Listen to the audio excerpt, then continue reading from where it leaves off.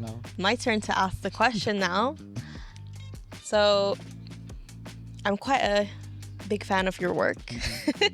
And I see that you like to do a lot of your personal videos on the dying traditions of your culture. And I'm quite curious, when were you like, okay, I need to share about this? When did you feel that? Uh, I think that one was during college when I was in IPG Tornado Razak.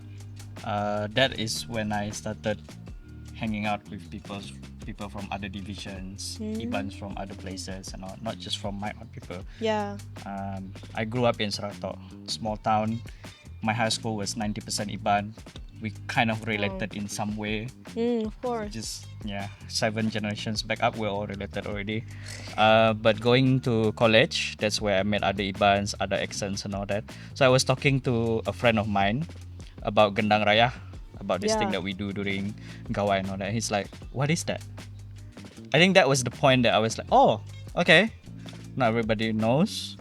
Not everybody have the same way they do it. Yes. Some places they call it Taboh Raya, but it's the same thing. Even the way Iban's miring are not the same according to places. That is, I think, the moment that I realized. I didn't know the word at that time, but that is the moment I realized Iban is not a monolith.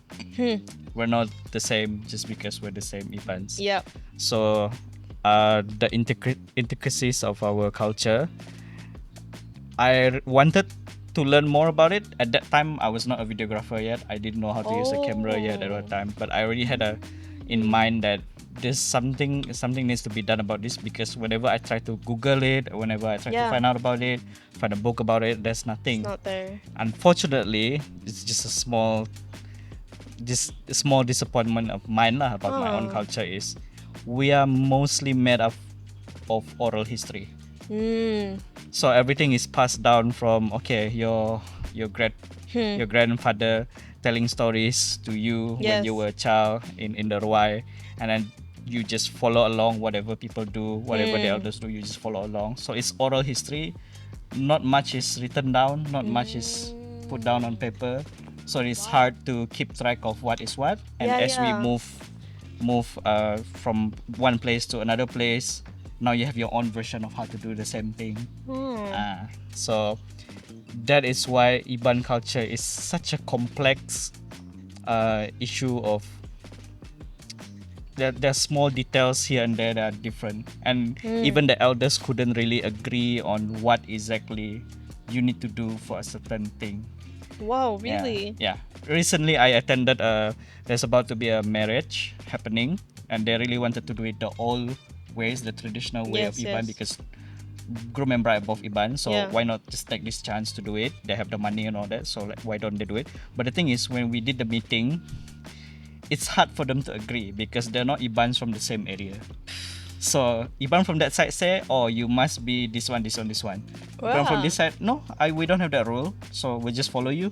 But we have a different rule, but you have a different rule. So how do you combine that? Yeah. See, that's how complex it is. Even the elders had to find a way. So now that they've found a way around it, how is it then when the grandchildren of this couple go down further, it will be altered further and further and further and further and further. Oh my gosh. There you go.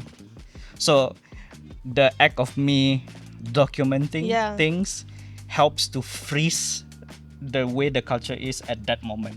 So at the very least, you can go back. Hey, back then it was like this. This is what happened. You can prove it. You can show it. You can see the steps. That's the importance of documenting it. That's really interesting. Because most people just see Iban as Iban. They're all the same. They wear these clothes. They, this, that. That's really amazing. Yeah. Yeah. That's how culture grows.